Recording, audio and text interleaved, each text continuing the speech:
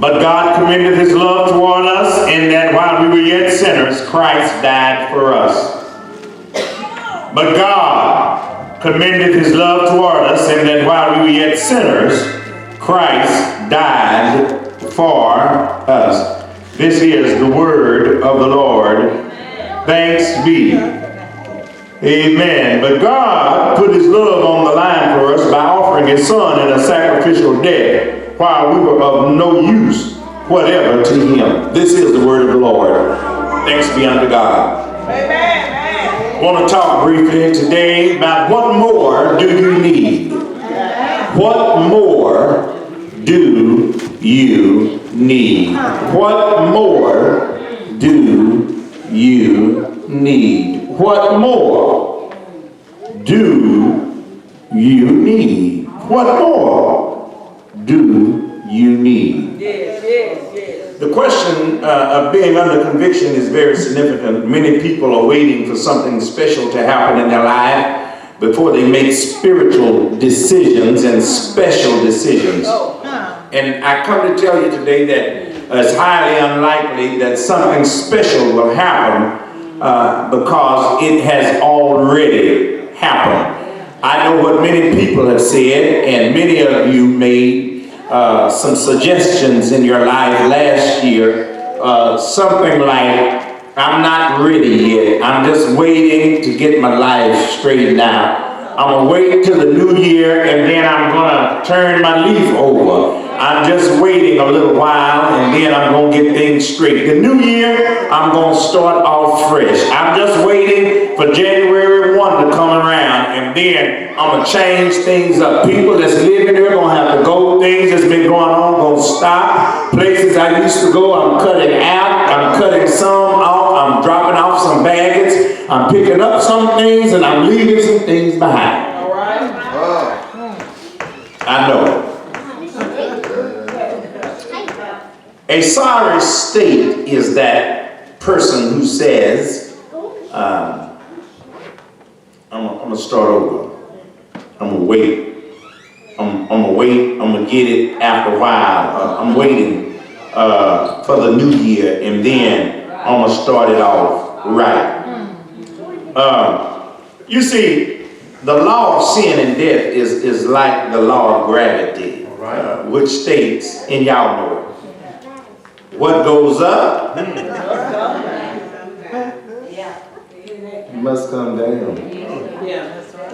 It's a law that's universal to our world. It does not matter if you're in Africa, Egypt, Japan, China, North Dakota, South Dakota, Montana, Wyoming, Wisconsin, Vermont. If you're in Cuba, Brasilia, Rio de Janeiro, if you're in Paris, France, London, England, it does not matter. Iceland, Greenland, North Pole, South Pole, wherever you are, Australia, it does not matter, Argentina.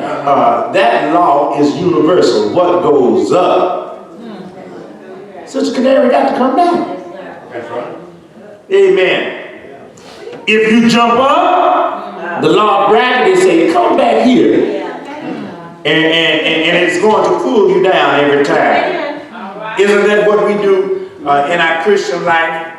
We come in on Sundays to church, and you wait for the choir, you wait for the preacher, you wait for the deacons and everybody to hype you up and get you up. And you think you're going to stay up, but before you get to Monday, the law of gravity pulling you back down.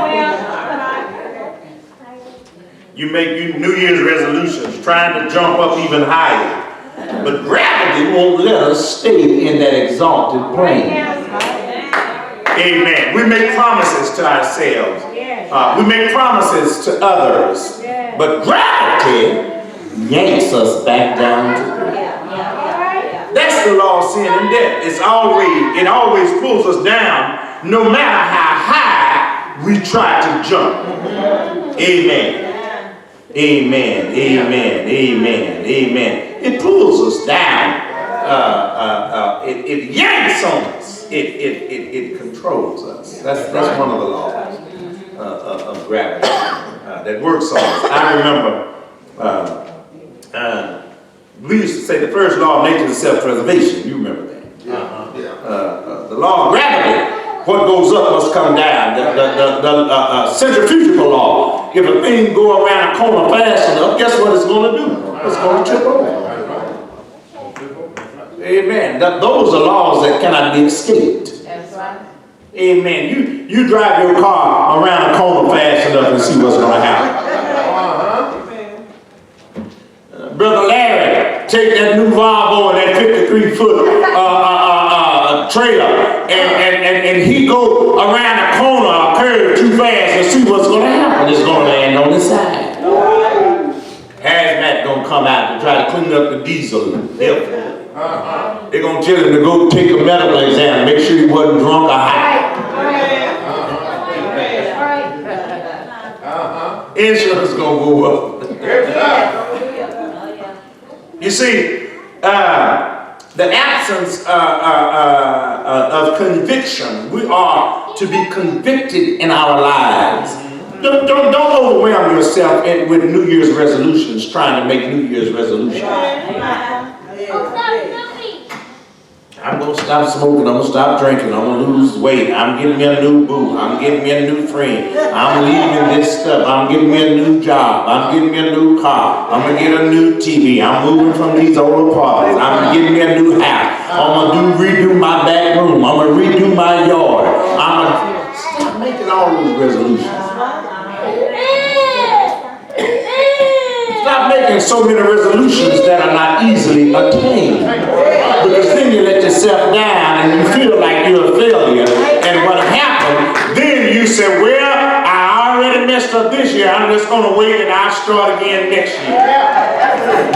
And before you know it, you are now 10 years down the line, not in the same spot, but in a worse spot. Because you have lost ground that even you had.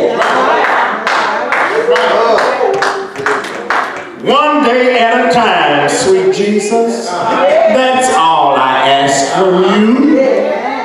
Just one day at a time. We don't live our lives in years. We live our lives 1 second at a time, 1 minute at a time, 1 hour, 1 day at a time. Amen. That's right. That's right.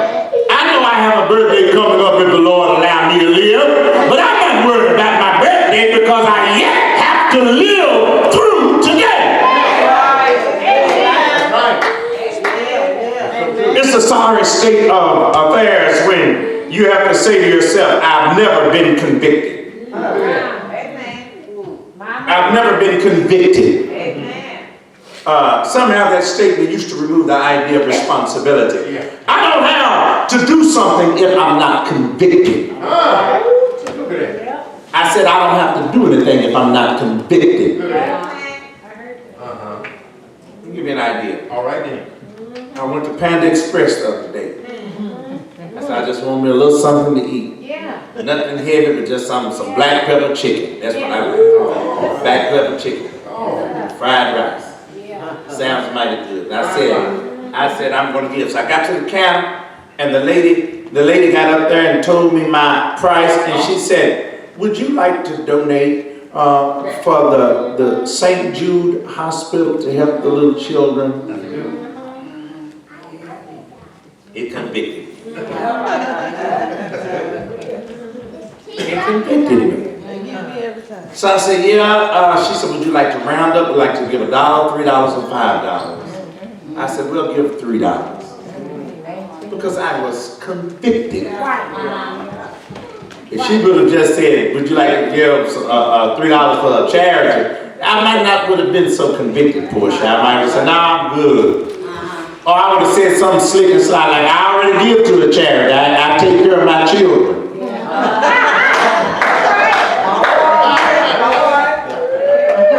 But when she said, would you like to give to St. Jude Children's Hospital? It stuck my heart and caused me to be convicted to the point that I said I would give. We can't do anything unless we are convicted. That's right. I can only get saved if I am convicted of my soul that I have a need for salvation. That's right. See, the operation of conviction. Conviction is not something mystical. Conviction walks in conjunction with the truth. Amen. You see, and the truth is only found in the Word of God. That's right. That's right. Truth is only found in the Word of God. The Holy Spirit takes the Word and applies it in our life. That's right. You see, but your heart has to be open to receive the truth and the Word of God. That's right. That's why the Bible says, harden not your heart. Don't let your heart be hardened. Don't keep it closed. Don't lock it off. That's right. I remember when I was growing up, there was a song talking about love don't live here anymore. Some of y'all remember that love don't live here anymore. In other words, we closed the door, we shut the gate, we locked the lock. Love ain't coming here anymore.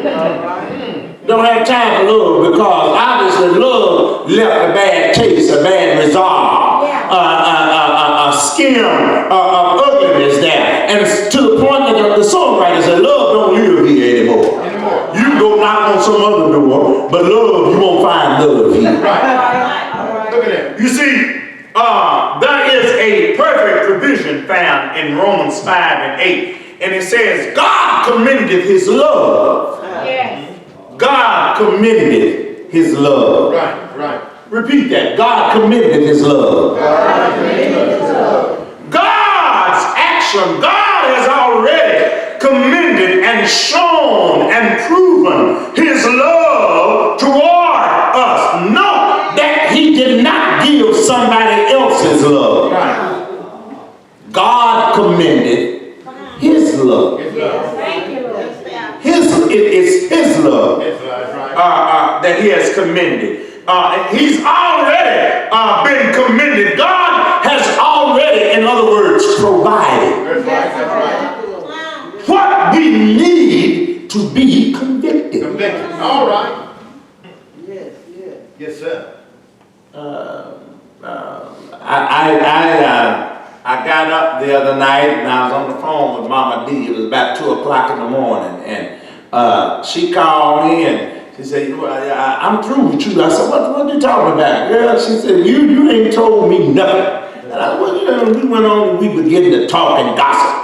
And she told me some stuff, and we began to talk, and she said something, and she said, well, I know you probably asleep, but you don't stay up and talk anyway, because I got to get this out, because I'm trying to put some things together.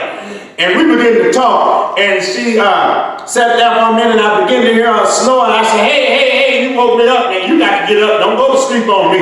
And she said, nah, I was just thinking about it now. What were you thinking about? She began to sing a song, if you are a witness, let God abide. If you've been converted, let God abide. We have to be not only converted and not only be a witness, but before we can be any of those things, we must be convicted. That's right.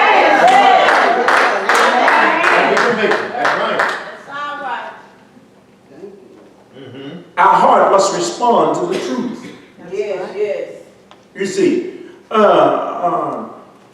God has already, his action was that he proved his love and provided it, and he demonstrated his love that he commended toward us by dying for us on Calvary's cross. There's nothing more that he can do. Living, he loved us. Dying, he saved us. Buried, he carried our sins far away. Rising, he justified us and freed us forever. That's right.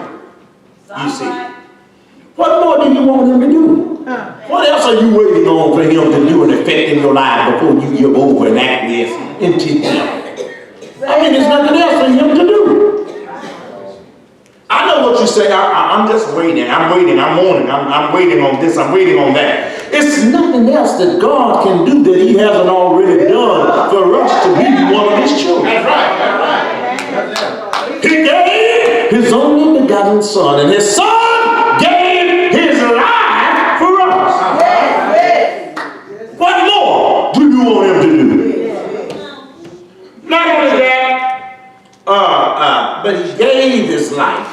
commended his love. Right. He proved his love. He demonstrated his love. I felt somewhat dumb and crazy. On Friday, I was in Houston, and they put me at the hotel there at the Galleria, and I couldn't park on one side because they have those old low things, and you can't drive your car under there hardly. So I couldn't get my van under there, and I had to park at the hotel on the back side of the Galleria. And as I was getting ready to leave, I was going to wait till the morning. I said, I better go and leave at night while I feel good. And I got up, and I began to walk through the hotel, and I was trying to go to the other hotel, and I kept seeing where it said Nordstrom's Western Galleria. I said, well, that's where I want to go. And I walked all the way down to the end, and it was nothing. The mall had closed, and I was walking back, and finally the little officer came on that little hover around thing, and he said, sir, can I help you? I said, I'm trying to get to the Western Galleria, not the Western Oaks. I came from there. I'm trying to go to the Galleria because I'm trying to get out of here. He said, oh, there's the door right there. It was frosted. I felt so dumb. He said, but now, can you get in? Do you have a key or do you a guest? I said, yeah, I have my key. And I put it in, and the door opened up. He said, well, you have it. You have your key. You can go on in. God has provided what we need to get through the door. But guess what? It does no good if we don't know the way. No way. That is so true. I was walking through the mall, and I know how to read. And I saw Western Galleria. I said, okay, go this way. I walked. I said, and I kept going. I said, I don't see the hotel. It had a little frosted door. You had to know where you were going. You had to know exactly what you were looking for. Coming to church don't mean you know exactly what you were looking for. You may know what you want, but you may not know the exact direction. That's why you need to study to show yourself approved. A workman that need not be ashamed. Rightly dividing the word of truth. That's right. That's right. That's how you do it. And once you get there to the door, you must have a key. I had to pull out my key and put it up there and tap it. The doors opened up. I said, I know where I am now. That's right. You see, that's just like that. God has demonstrated that he loved us by giving his only son. And his son showed that he loved us by giving his life. That's right. You see, what is necessary for conviction has already happened. You see, now, if you are convicted, it requires a response. Look at that. Look at that. Say that again. We read today, Sister Hamilton read a litany that my Aunt Jewel wrote for us for the new year. She said, Stephen, I'm old, I'm almost 90 now, I can't do a whole lot of things, I can't see and sew like I used to sew and do a lot of stuff, but I find myself writing more, and I'm putting together a book, and I want to do some litanies for your church. I said, fine, do them, Aunt Jewel. And she wrote one for Christmas, and she wrote one for New Year, she wrote one for the young people, she wrote one for Mother's Day and for Easter. And she sent them to me. She said, I don't type. You have to write. You're going to read it. Ain't his old script handwriting, but I'll send them to you. And she did it old school style. She folded it up on the paper, and she put it in the mail, and she sent it to me. We don't do that anymore. You know, we email. I get my phone out, somebody on some push, and I just scan it, and then I send it email. You know, she didn't do that. She did it old school. Put it in the envelope and put the stamp on it. I sent it out. I waited for my poster man to come and drop it in the mailbox. I got you. You see, man must face the issue. Quit fooling yourself. Quit lying to yourself. Quit cheating yourself. That's right. That's right. I saw on Instagram the other day, quit cheating yourself. Treat yourself. All right. Quit cheating yourself. Treat yourself. Quit lying to yourself. That's right. Quit hiding from yourself. Say that. You see, we must face the issue, and we have to think through what has already happened We were sinners. That's right. That's right. I don't care how beautiful your little baby is, how fat, plump, how chubby the little jaws are, and how cute they are, and how pretty their hair is, or how bright or dark or chocolatey, or how fluffy, fat, and how cuddly they may be. Oh, they're born a sinner. That's right. You are. Born a sinner. That's right. I don't care what you think about your little precious babies. That's right. They're born a sinner. Your twin, sinner. You sinner, me sinner. You were born into sin. And our lives develop in a sinful way until we make a conscious decision to accept the Son of God, Jesus Christ of Nazareth. Until our heart is pricked and our conscience is disturbed by such an annoying haranguer that we acquiesce and we say in our soul and in our mind, God, I surrender. I believe on your Son. I believe he died and gave his life. I believe in my heart and I confess with my mouth. That's right. That's what you're supposed to do. We have to get to that point. You see, we need to respond. I hate it. I can be so smart sometimes. I hate getting on the phone and calling somebody and I say, hello. Somebody called me and I say, hello. Yeah, I need you to get. I say, hello. Yeah, I need you to. Hello. Can you hear me? I said, hello. Can I said, hello. If I say hello, I'm looking for a response. Don't call me and I say hello. Can you hello, Daddy, I need to, hello.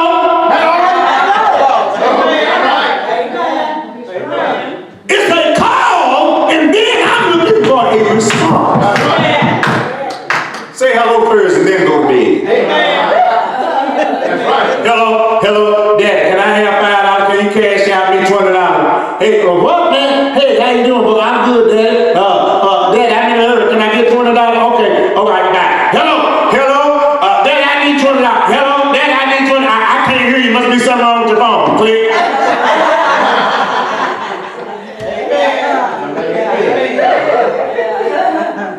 Hello, I need your help. Hello, hey, I can barely. You have some room in your closet? Yeah, hang this up. Click.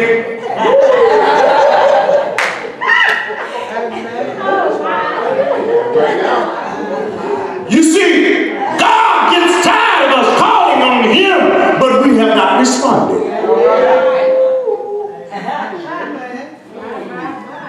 Man must understand. We must understand the true nature of conviction. We must stop waiting for some light to shine down on us. God has already done his part. He provided his Son. That's right. I'm waiting to. I'm trying to get things straight. I'm trying to get things straightened out, and I'm just trying to. There's a lot going on, and you don't understand. And I'm just trying to sort things out. And once I get things sorted out, then I'm gonna be good. I'm okay, but I'm gonna be better once I get things. You're not gonna be better. You never get it. That's right. Nope. You never get it. That's right. One, you're not gonna get it because you're not in the right frame of mind. You're not in the frame of mind that God has to do it for me, through me, and in me.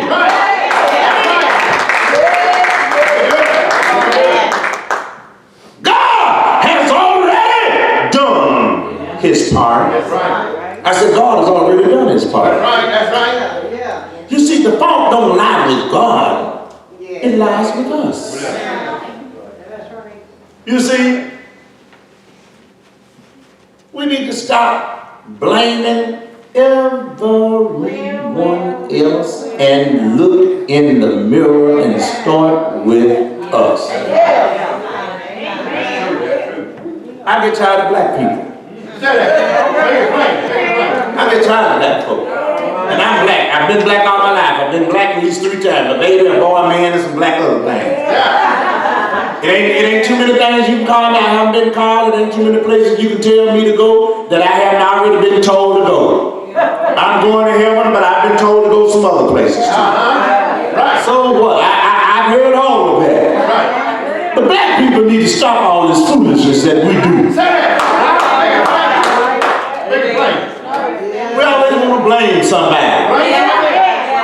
but we never blame ourselves. That's right, Doc. You are so right. Blame everybody else. We want to blame society. We want to blame the slave masters. 200 years ago, we weren't even born, don't even know anything about it. But we perpetuate that, but we don't perpetuate the other thing. Right. Doc is beautiful. Right. Don't want to work, Say that. don't want to give, don't want to share, but we want to blame. That is so true, Doc. We need to stop it. We need to stop it. That's right. We want to go on and jump on all these different kind of protests and movements, but then we want to do it half-heartedly. Half-hearted. I'm back there, we want to go and talk about Black Lives Matter. Right. Yeah, whoa. But it only matters when it comes down to Black lives with a white person. Yeah. But it don't matter when it's another black person against another black person. Right. You don't think about Black Lives Matter then. That's right. Whoa. That is good. It's only when somebody white or somebody of another race kills us that we want to say Black Lives Matter. Right. But when your son just shot the boy down the street, you don't want nobody to press charges. Y'all just want to take care of it and just leave it alone. What happened to Black Lives Matter then? What happened to Black Lives Matter when your granddaughter selling crack and your grandson is bringing it in the door? Selling it in your community. What happened to Black Lives Matter then? What happened? I'm just saying. No, Doc, that's good news. That's good news. Only community that have burglar bars all around the door is our community. Because our neighbors is breaking into our house. But we want to talk about Black Lives Matter. And then when I get my pistol out and shoot because they come in my house uninvited, then you want to say I'm wrong. That's right. Doc, the truth hurts. We need to stop that foolishness. Amen. That's right. That's right. God can't help us if we're not willing to let him help us. That's right. He's not going to help you That's right. if you don't invite him. I said, God ain't going to help you. I'm going to put it in bad, that's bad grammatically. He ain't going to help you until you invite him and allow him to help you. He's not a tyrant. He's not a dictator. That's right.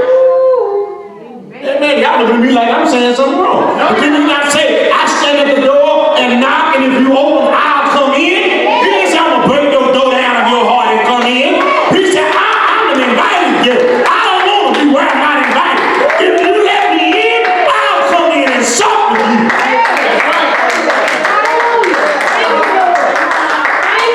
No, I'm not going to force his way into your life. And he's not so mean and oppressive that if you don't let him in, he said, well, I'm going to cut him off. That's right. He'll let you go on and live. He'll bless you with health and breath in your body and everything else. But what's going to happen, you may think you get away with it on this side of life. That's right. But you're not.